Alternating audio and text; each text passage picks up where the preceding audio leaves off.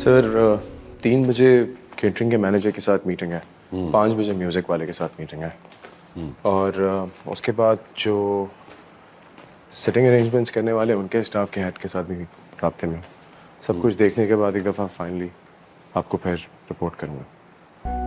Good, वाकई तुम काम बहुत जल्द सीख गए हो। आफाक बता रहा था कि तुम उसके दोस्त के बेटे हो और उससे पहले ऐसा कोई काम नहीं किया।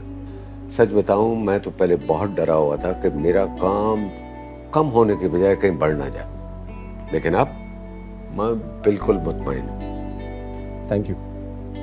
ये बात तो सच है, मैंने इससे पहले कभी कोई ऐसा काम नहीं किया, लेकिन मोहल्ले में आपको बताया कि शादियों की वजह से बस थोड़ा बहुत तजुर्बा है जिसकी वजह से हेल्प हो जाती है।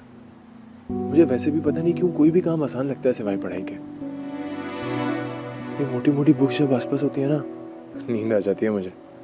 अब्बा भी इसी वजह से मुझसे नाराज रहते हैं। तुम बड़े काम के बेटे हो उनके लिए। जरूरी नहीं है कि डिग्री हासिल करने वाला बेटा ही बाप का नाम रोशन करे, है ना? हाँ, तुम कभी अपने अब्बा को यहाँ लेके आना, मैं उन्हें समझाऊंगा। लेके आऊंगा मैं आपके पास। अभी रंग वाले आ गए हैं, मैं उनको देखता हूँ सर। ठीक है, तुम जाना। सुनो, ये पैसे रख लो, तुम्हारी तनख्वाह रख लो। Thank you.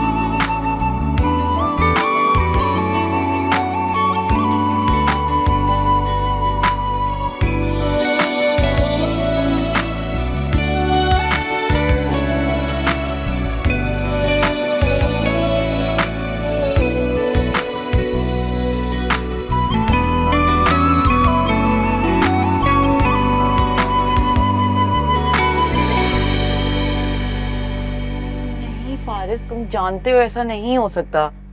तुम अगर कल नहीं आई तो मैं केक नहीं काटूंगा। और तुम मेरा बर्थडे कैसे मिस कर सकती हो? मेरे मायूं पे बैठने की तैयारियां हो चुकी है। मेरा घर से बाहर निकलना बिल्कुल इम्पॉसिबल है। 3 दिन बाद मेहंदी है हमारी। देखो, मैं नहीं जानता कुछ, तुम बस कल आ रही हो और मैं तुम्हारा इंतजार करूंगा।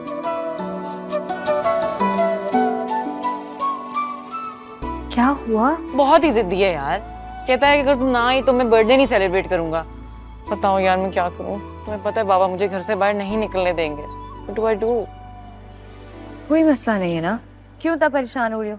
ठहरो, कुछ सोचते हैं, कर लेंगे कुछ।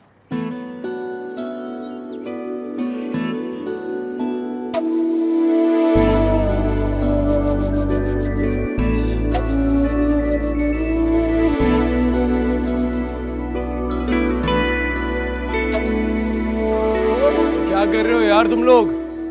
अरे बोला तो है यहाँ पे स्टेज नहीं लगेगा, स्टेज यहाँ पे लगेगा। और बात सुनो, मेहंदी का स्टेज भी यहीं लगेगा, ये ध्यान में रहे। फिर दोहराना तो नहीं पड़ेगा ना? बहुत शुक्रिया।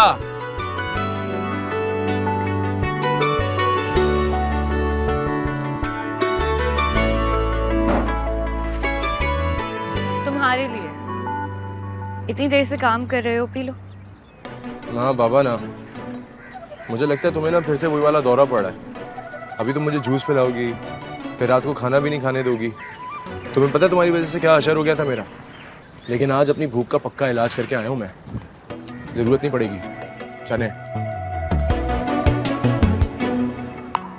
मैं बस कल गुस्से में थी थोड़ा सा, और इतनी भी जालिम नहीं हूँ अब कि तुम्हें भूखा मार दूँगी। तुम्हारे गुस्से ने मेरा हशर कर दिया। और वैसे भी कुछ पता नहीं है तुमने इसमें कुछ मिलाया हो। नहीं, बहुत काम पड़ा है। देखो, एक मजाक तुमने किया, एक मजाक मैंने कर लिया, तो हिसाब बराबर ना। सच में आई एम सॉरी। दोस्ती कर ले। दोस्ती दोस्ती लफ्ज पता है कितना बड़ा होता है, क्या मायने होते हैं। बुरे वक्त पे साथ खड़ा रहना पड़ता है। जानती हूँ दोस्ती का मतलब, लेकिन अगर तुम्हें शक है कि मैंने इस जूस में तुम्हारे लिए कुछ मिलाया है तो पहला सिप मैं ले लेती।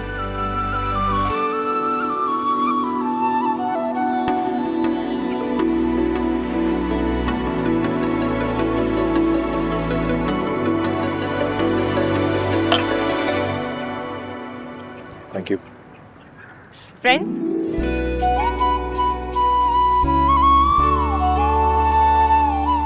फ्रेंड्स।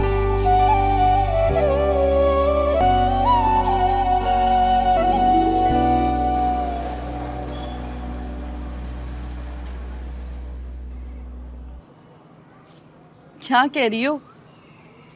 वो और काम। हाँ, मुझे तो लगता है सूरज मगरिब से ही निकला आज। मैं भी यही सोच रही थी।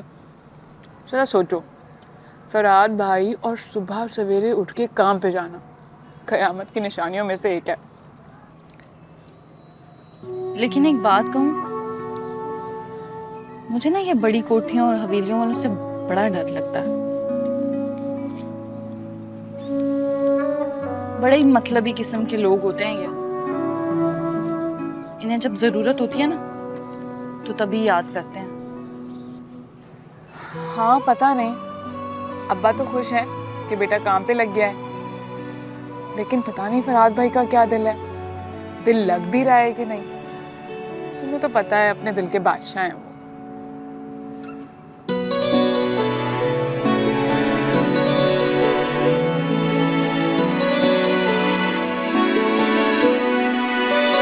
जरूरत पड़ने पर तो गधे को भी बाप बना लेना चाहिए ना। परेशान क्यों हो रहे हैं? नहीं माही, मुझे नहीं लगता कि तुम्हें ये खतरनाक खेल खेलना चाहिए। इन लड़कों का क्या भरोसा। भाई, बात का बतंगड़ बनाने में जरा देर नहीं लगाते। और माँ जी ने जो फकीरा नामी बॉडीगार्ड हमारे पहरे पर लगा रखी है, उसका क्या? अरे भाभी, क्यों परेशान हो रही है? 4 दिन की तो बात है, और वैसे भी हमने यहाँ से चले जाना है। हमने कौन सा पूरी जिंदगी यहाँ रहना है? और फिर इन 4 दिन तक ही मजनू हमारे बड़े काम भी आएगा। मुझे बहुत डर लग रहा है माही। तुम बस डरती रहना। मुझे बताओ, फारिस से मिलना है कि नहीं? मिलना तो है, मगर मगर कुछ नहीं। फिर मुझे मेरे प्लान को फॉलो करने दो, वरना लेकर बैठी रहना फारिस की नाराजगी और रोती रहना। मेरे पास ना आना शिकायत लेकर।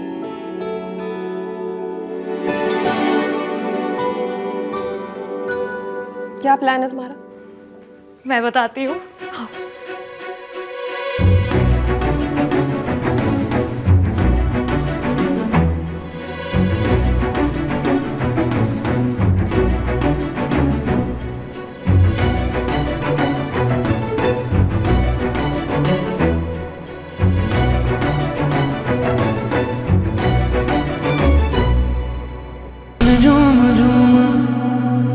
तन झूम झूम मन झूम झूम तन झूम झूम मन झूम झूम